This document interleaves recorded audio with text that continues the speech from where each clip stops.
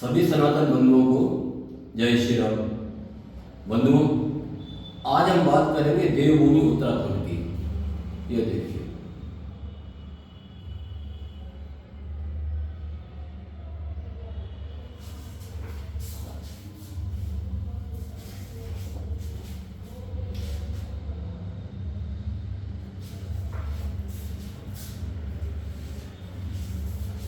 अब बंधु प्रश्न ये होता है कि अब उत्तराखंड को ही देवभूमि क्यों कहते हैं। उत्तराखंड को देवभूमि को कहने के पीछे जो कारण दिए जाते हैं वो पौराणिक कारण हैं। एक, गंगा, यमुना और सरस्वती जो पवित्र नदियां हैं उनका यह उद्गम स्थल है।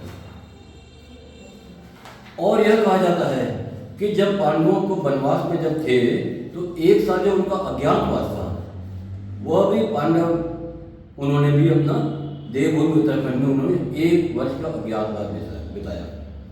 तीसरा, यह भी कहा जाता है कि यह भगवान शिव का ससुराल है, तो यह तो हुआ इसका देवभूमि कहने का कारण।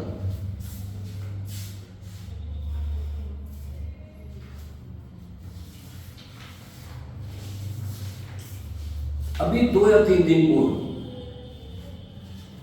देश के प्रतिष्ठित समाचार पत्रों दैनिक जागरण, अमर उजाला में एक समाचार आया।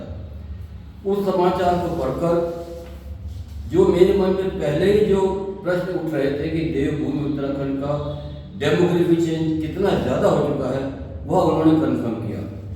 देखिए,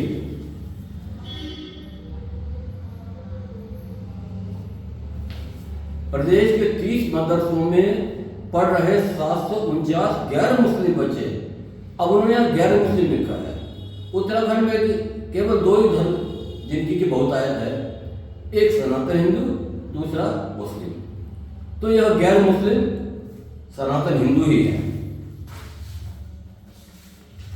दूसरा, मदरसों में जा रहे गैर मुस्लिम बच्चों को स्कूल में क्यों नहीं दिया गया प्रवेश, यह भी दैनिक जागरण की खबर है। देखिए,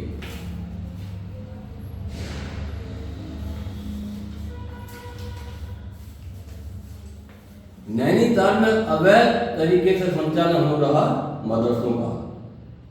यहां सरकार भारतीय जनता पार्टी की है, कांग्रेस, सपा, बसपा की नहीं है।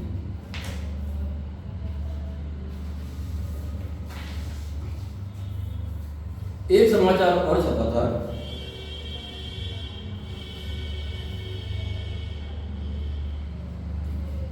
मुस्लिम महिला को अनुदान पर दे दी भूमि, फूटा पुस्तक ग्रामीणों का, हिंदुओं का। जब उन्होंने इसका विरोध किया तो उसको वापस ले लिया गया।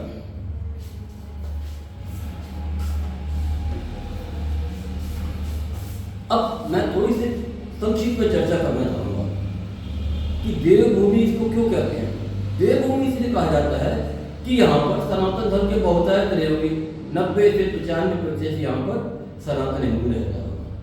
जब इस देवभूमि का गठन हुआ तो उत्तराखंड का सन 2000 नवंबर 9 को, अभी 2 दिन, तो यह कहा जाता है उस समय की जो आबादी में लगभग 90 से 95% यहाँ पर सनातन हिंदू समाज रहता था। शेष समाज कितना रहा होगा, 5 से 10%। मुझे लगता है 10% कम रहा होगा। बीते 23 वर्षों में 2011 का जो सेंसस आया था, जो जनगणना हुई थी, उसमें जो उनकी हिंदू समाज की जनसंख्या लगभग 82%। देखिए, देवभूमि में हिंदू कम हो रहा है और इसीलिए देवभूमि की डेमोग्राफी बदल रही है और उसमें मुस्लिम आबादी लगभग 14% दिखाई दे। लेकिन 2011 का सेंसस था। डॉक्टर दत्ता हैं यहाँ पर देहरादून में, उन्होंने इस यहाँ की डेमोग्राफी के लिए बहुत ही सघन कार्य किया है।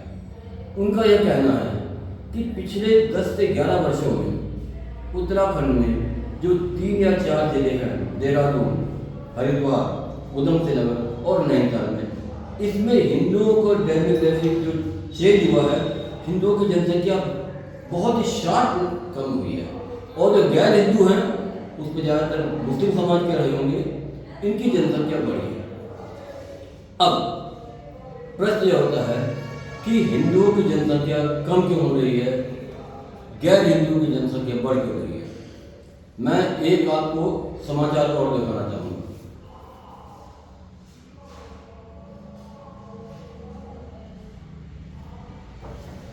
यह केंद्र सरकार की योजना है कि ग्रेजुएट मुस्लिम लड़कियों को 51,000 रुपया शादी शगुन का नाम दे देगी, ओनली फॉर मुस्लिम।